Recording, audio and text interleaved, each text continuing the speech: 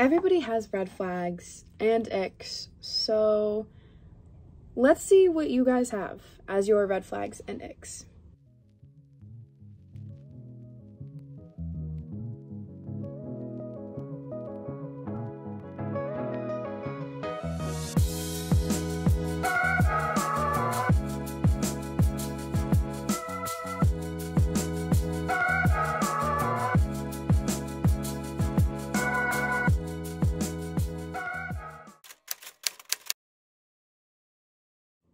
That's today's video, by the way, if you couldn't tell.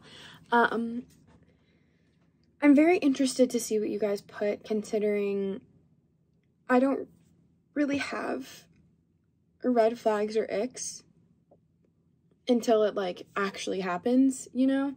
Which sounds very, like, oh, everybody's a good person, everybody does nothing wrong, I don't care. But it's like, I just don't think about these, you know?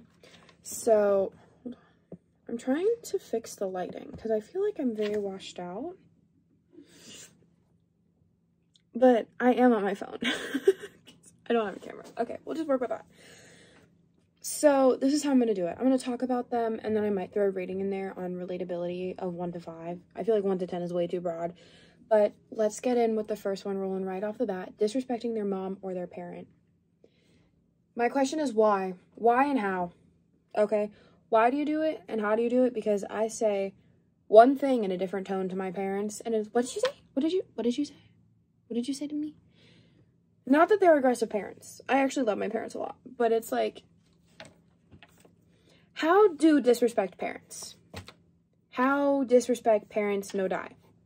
Like, also, why would you do that? That's such like a, they do so much for you, and yeah, there's the argument of, well, they should be doing this stuff because they were the ones who wanted kids.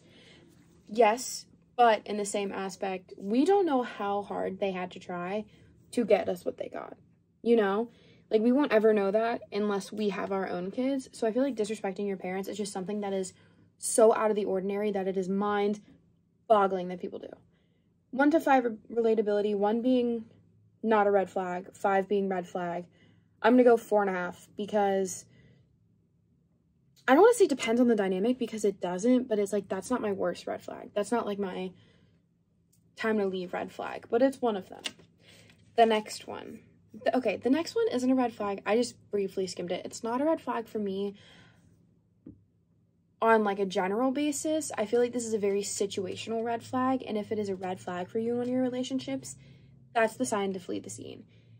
Following more of the opposite gender than you as you are the opposite gender. So for example, he's following a lot of girls and you're a girl. Or she's following a lot of guys and you're a guy. When I follow people on Instagram, I don't think of their gender, okay? Do they have funny content that's relatable? Check mark. Do I know them? That can be a check mark, although I'd say, yeah. I mean, I just follow who I follow, you know? Like, sometimes I accidentally follow people and I don't even realize until I'm going through my following and I'm like, who is this? Who is this? What, like, your content, like, you know? So I feel like if it is to the point where you have an issue with it because it's affecting the relationship,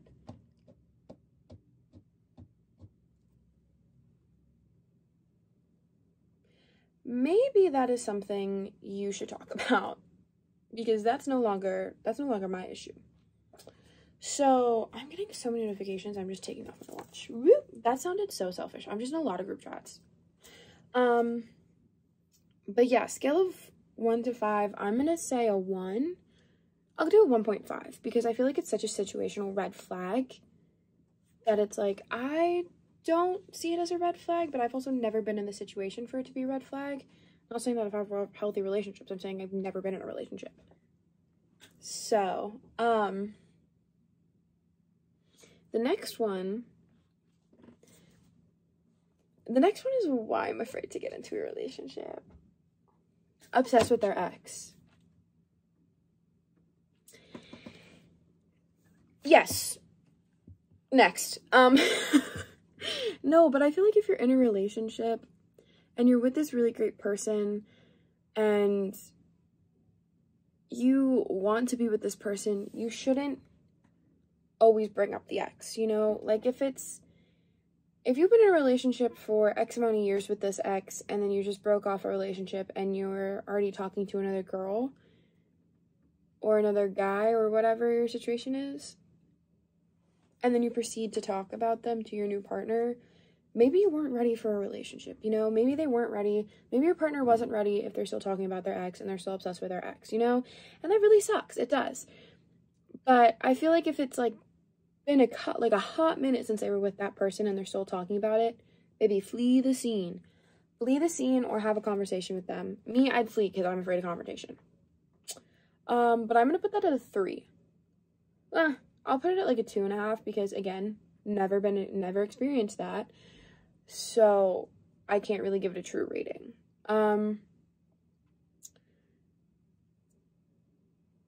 Okay, so there's a couple that go together.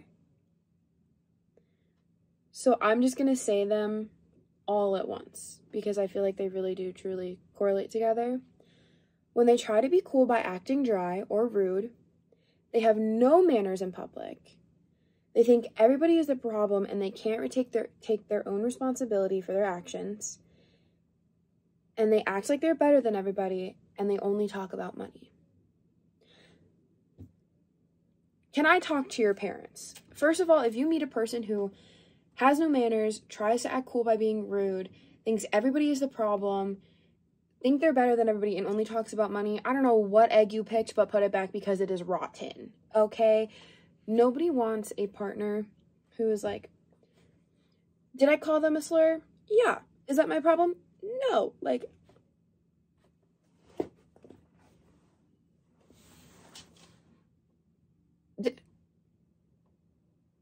are my ears deceiving me? Because what?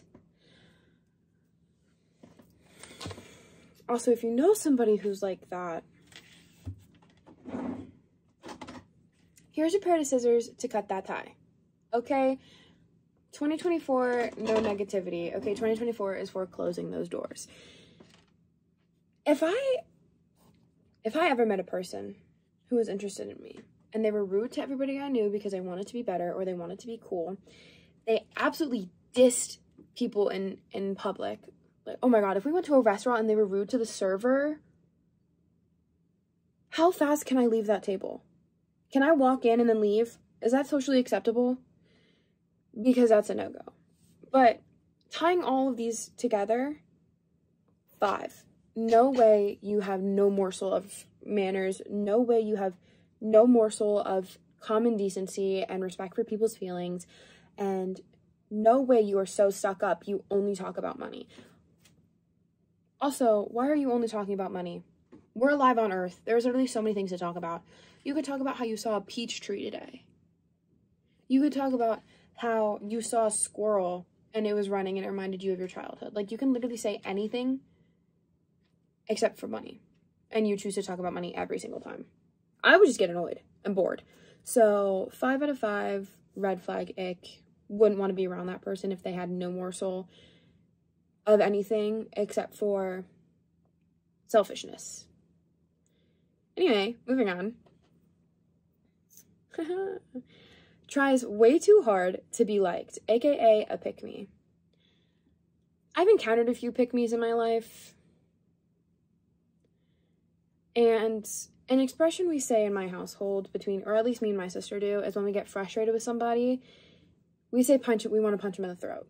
Which, do we really want to resort to physical violence? Absolutely not. But is that just like a perfect, like, saying? Yes. Pick-me's make me want to punch them in the throat. Why are you going out of your way to be annoying? And you know you're being annoying. Or why are you going out of your way to act so helpless and are aware that you are acting helpless? Pick up your stuff, be a big kid, put on your big kid voice, and act like a human being. Because there's no way we're in college. This is just an example. No way we're in college and we're all hanging out. Also, this is not like, this actually hasn't happened. I'm just putting things together. But no way we're in college. We're all 18 and older and we're with a group and you see one guy and you're like, my backpack's too heavy for me. Can somebody help me? Girl, Pick up your own backpack. Pick up your own backpack. It is not that hard. You've been doing it since you were 5. Okay? Pick-me's, I'm going to say 3. They annoy me more than anything. They're not really a red flag or an ick. They just annoy me. So I'm going to say 3 because pure annoyance. This one, shoes with their mouth open, grinds my gears. Grinds my gears. Why? Preface, I'm a girl who had braces, okay? I had the top and bottom. I had a bite plate, which if you don't know, goes across the whole roof of your mouth. I had springs. Like, I had every excuse to be chewing with my mouth open in middle school, okay? I didn't. So for you to have perfect teeth, no nothing in your mouth but food, and you're like, why? Grow up. Stop being a toddler. Stop chewing with your mouth open, okay? I don't have misophonia or whatever it's called. But the urge to, like, when somebody chews with their mouth open, just, like, and have them chew. Or just tape their mouth closed so that they're forced to chew with their mouth open, or closed. Again, I'm going to say it's an ick for me. I'm going to rate it I'm going to go 4.5. Because, again, it's really gross and really annoying. So it's an ick for that reason for me. So, yeah. Next one, only wants to hang out at night. Baby, go find you a new person. Go find you somebody who will spend every day with you. All day, every day with you. If they only want to hang out after, like, 10 p.m. and they're free, okay. If they are free all day, you ask them to hang out, and they're like, oh, yeah, does 10 work? And they're talking about the nighttime. Say no. Don't talk to them again. That may be aggressive. Don't hang out with them again if you're interested in them. If they have school and then they work and they don't get off till 10 and they still want to hang out with you right after work, you may win. You may win. But if they're free all day, every day, and they only want to hang out at night, you deserve somebody who is going to want to be busy 12 hours a day and still want to hang out with you. You want somebody that's like that. You don't want somebody who thinks of you as a toy, essentially. Like, I'm bored. Let me text so-and-so, you know? I'm going to say a 5. I'm going to say that one's a 5 because it's just like, there are 24 hours in a day. And you only want to hang out when the sun is gone. So, the hypothetical 12 hours that the sun is up, you don't want to be with me. You know what? Like, it's like, why are you hiding me? So that's a 5 on my scale. So I'm going to do 2 more.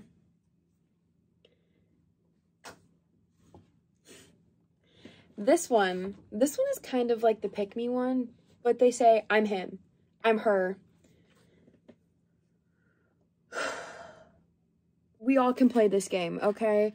I can say I'm a giraffe. Like, the words don't mean anything at this point. You could say I'm him and be a complete horrible human being. And just because you say I'm him doesn't mean you are him.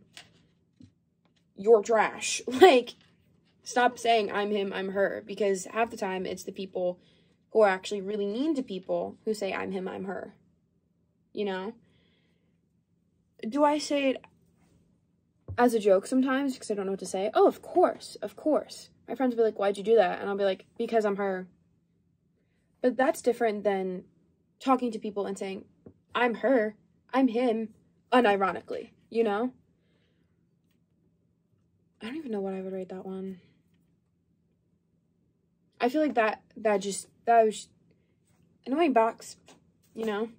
I don't really think it's a red flag or an ick. Maybe, is annoyance and an ick the same thing? Like, does something that annoy you, can that be an ick? Or are they completely different?